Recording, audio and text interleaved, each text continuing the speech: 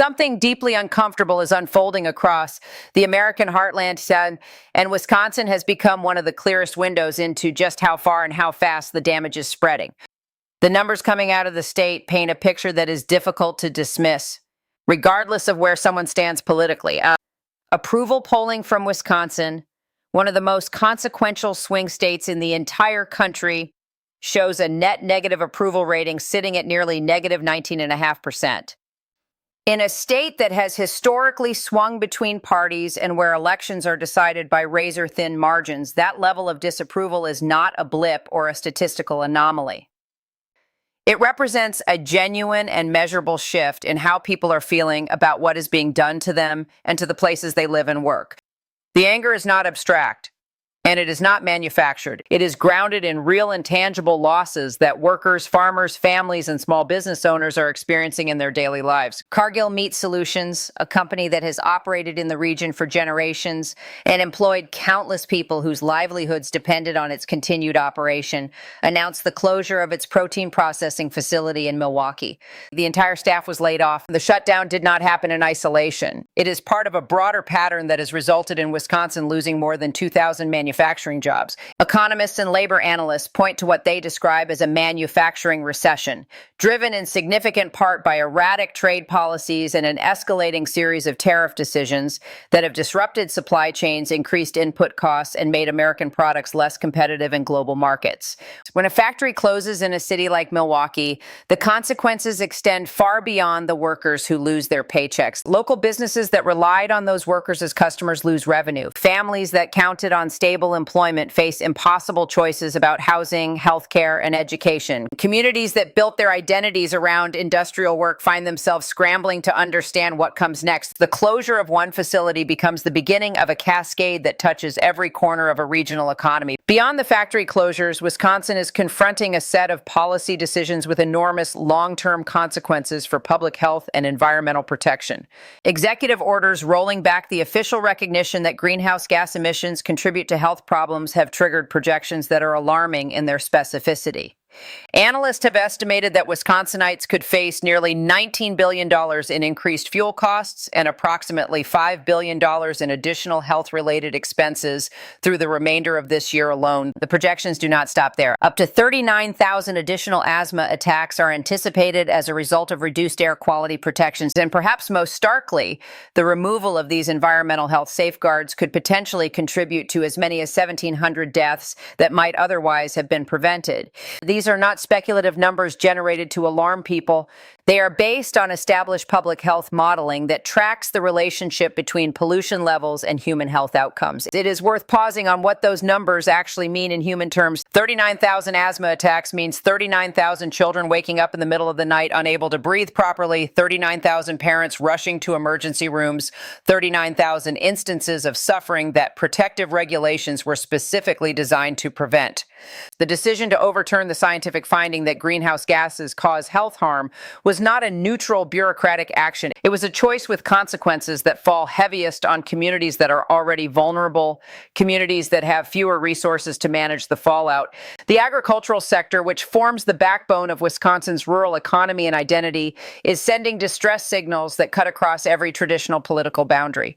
A letter addressed to congressional agriculture committees and signed by a remarkable coalition of bipartisan former agricultural leaders, commodity association heads, Farm Bureau representatives, and former officials from the United States Department of Agriculture laid out a comprehensive picture of what is happening to American farming. The signatories included leaders from the National Corn Growers Association, the American Soybean Association, the National Milk Producers Federation, the Renewable Fuels Association, the National Barley Growers Association, the Illinois Pork Producers, and U.S. Grains Council representatives spanning multiple administrations and both major political parties. This was not a partisan document drafted in a political opposition office. It was a detailed assessment from people who have devoted their professional lives to building and sustaining American agriculture. The letter's findings were sobering. Farmer bankruptcies have doubled. Fewer than half of all farmers operating in the country are expected to turn a profit this year. The United States is running a historic agricultural trade deficit, a jarring reversal from the record export surpluses and farm income levels of just a few years prior. The signatories describe these metrics as representing a sharp and damaging damaging reversal that threatens not just the economic viability of individual farms, but the entire fabric of rural American life. There are, as they wrote, few tragedies greater than the loss of a family farm because it represents not merely the end of a business, but the erasure of a way of life that has defined communities for generations. The letter identified specific policy failures that the signatories held responsible for this deterioration.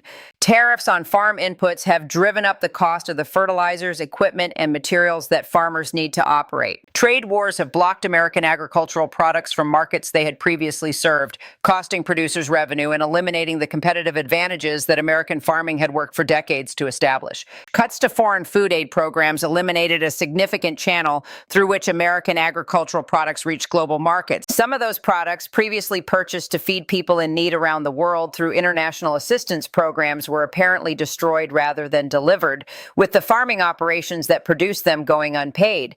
The disruption of farm labor through immigration enforcement actions made it harder to harvest crops. Reductions in staffing at the Department of Agriculture and cuts to agricultural research funding undermined the technical support that farmers have long relied upon. Perhaps most striking in the letter was its tone regarding trade agreements. The signatories specifically called for binding trade agreements, using that precise word deliberately and with clear purpose. They were signaling their frustration with arrangements that are described publicly as deals, but that lack the legal force to compel compliance from other parties.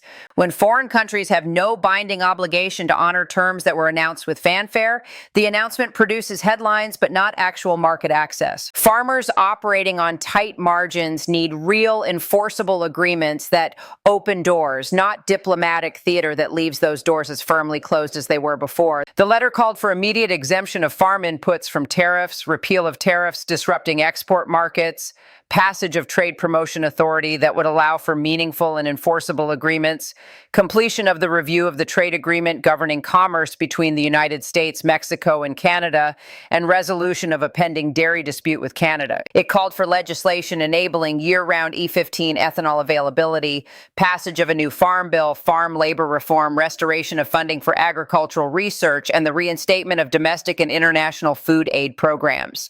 The specificity and comprehensiveness of these requests reflects not political posturing, but the accumulated expertise of people who have watched decades of agricultural policy unfold and who can identify precisely where the current approach is breaking down. Higher education in Wisconsin faces its own set of pressures. Policies affecting the ability of international students to study at American universities have contributed to a 25% decline in new international student enrollment over the past year. This is a loss that operates on multiple levels simultaneously. International students bring tuition revenue that helps universities fund research and maintain programs that benefit everyone enrolled. They bring intellectual diversity and global perspectives that enrich the academic environment. They form connections to American institutions, ideas, and people that often translate into lasting relationships between the United States and their home countries. And many remain after graduation, contributing their talents and skills to the American economy. The 25% drop in 1 year is not a minor fluctuation. It is a signal that the United States is becoming less welcoming as a destination for talented young people from around the world, and those students are choosing other countries instead. For the University of Wisconsin and institutions like it, this represents both an immediate financial challenge and a longer-term risk to their standing and capability. Research universities depend on a constant flow of graduate students and postdoctoral researchers to sustain the scientific and scholarly work that produces discoveries, attracts grants, and trains the next generation of professionals. Restricting that pipeline does not make American universities safer or stronger. It weakens them in competition with institutions in other countries that are actively working to attract exactly the students and researchers that American policies are pushing away. Within this landscape of economic dislocation and policy upheaval, Wisconsin faces a specific and consequential political moment. The state's lieutenant governor, a registered nurse who ran for public office after becoming frustrated with the government's handling of a major public health crisis, has been traveling to all 72 counties in the state and listening to what residents are experiencing. What she hears is fear, not political fear, not abstract concern about policy directions, but the immediate personal fear of people who are not sure they can afford to get sick, who are watching their health insurance insurance premiums rise faster than their incomes, who are making calculations about whether to seek medical care or whether to risk letting a condition worsen because a doctor's visit is a luxury they cannot afford. The lieutenant governor, whose background as an emergency room nurse gives her a perspective grounded in direct clinical experience, described the reality of practicing medicine before the expansion of health insurance coverage. She remembered patients who arrived in emergency rooms with conditions that had been allowed to progress because those patients lacked the insurance or the resources to access earlier, less expensive interventions. She recalled a single father newly diagnosed with congestive heart failure who left the hospital against medical advice because he could not afford the stay and could not afford to miss work. He chose possible death over certain financial ruin because the system gave him no better options. The concern she hears from constituents today is that the country is moving back toward that era, rolling back the expansions that made coverage accessible to more people and leaving small business owners, workers between jobs, and families with modest incomes facing choices no one in a wealthy country should have to make. Small business owners she speaks with are making decisions not to renew their health insurance exchange coverage because the removal of tax credit subsidies has made premiums unaffordable. They are crossing their fingers and hoping that they stay healthy for the period it will take for the political situation to potentially change. That is a catastrophic failure of a healthcare system's fundamental purpose. Insurance exists precisely to protect people from the unpredictable costs of illness. When people who want coverage cannot afford it and choose instead to hope for the best, the system has failed them. The nursing profession itself has become an unexpected site of policy controversy. A determination that nurses do not qualify as professionals for the purposes of certain federal loan and educational funding programs drew immediate and widespread outrage from healthcare workers across the country. The nursing workforce is already operating under significant shortages in many regions. Hospitals have struggled to fill positions, and the shortage has been identified as a contributing factor in patient outcomes and care quality. To respond to a nursing shortage by making it harder for people to access the education and training required to become nurses is a counterproductive policy whose harmful consequences will be felt in hospital wards and emergency departments for years to come. The nurses who spoke out about this determination were not engaging in political theater. They were identifying a decision with direct practical consequences for their profession and for the patients they serve. The politics surrounding Wisconsin's upcoming gubernatorial election reflect all of these pressures and anxieties. The Republican candidate endorsed from Washington is a member of Congress described as a staunch supporter of the administration's agenda, someone voters are told will bring the same policy orientation to the state government that has produced the outcomes described above. For those who are worried about what that agenda means for manufacturing workers, for farmers, for people trying to afford health care, and for communities navigating the consequences of environmental deregulation, the prospect of a governor who would amplify rather than resist those pressures at the state level represents a genuine and specific threat. The lieutenant governor's primary campaign rests on several arguments that she believes differentiate her from the field. Healthcare, she contends, will be the defining issue of the election, and she brings decades of direct professional experience in the healthcare system that gives her a substantive understanding of how policy decisions translate into patient outcomes. She knows which regulatory levers can be adjusted to affect costs and access. Because she has worked within the system those regulations govern, she also points to her electoral record in Waukesha County, a conservative region not typically hospitable to Democratic candidates, where she previously flipped an assembly district from Republican to Democratic representation. In a state where statewide elections are decided by margins that sometimes number in the thousands, the ability to appeal to voters outside the traditional Democratic coalition is not a rhetorical asset, but a practical necessity. Wisconsin requires candidates who can speak credibly to the entire state, not just to its urban centers or its most reliably progressive precincts. On the question of immigration enforcement, she acknowledged having made an imprecise statement in a previous interview and corrected the record directly and without deflection, a behavior that stands in noticeable contrast to the more common political practice of either doubling down on problematic statements or offering technically accurate but misleading clarifications. She stated plainly what her position is. Federal agents conducting enforcement operations should be identifiable, should wear body cameras, should not operate in locations where vulnerable people access essential services like churches, schools, hospitals, and courthouses, and should be required to obtain judicial warrants before making arrests. She noted that she had articulated this position publicly before a high-profile incident incident involving enforcement actions elevated the issue in the public consciousness, making clear that her stance was not reactive but proactive. Across all of these issues, what emerges is a portrait of a state under significant strain, grappling with the compounding effects of trade disruptions, environmental policy reversals, healthcare affordability pressures, agricultural sector distress, and the broader anxieties that arise when people feel that the institutions designed to protect and support them are being redirected against their interests. The polling that reflects negative 19.4% net approval is not driven by abstract ideological differences. It is driven by people who are experiencing specific concrete harms and who can connect those harms to specific concrete policy decisions.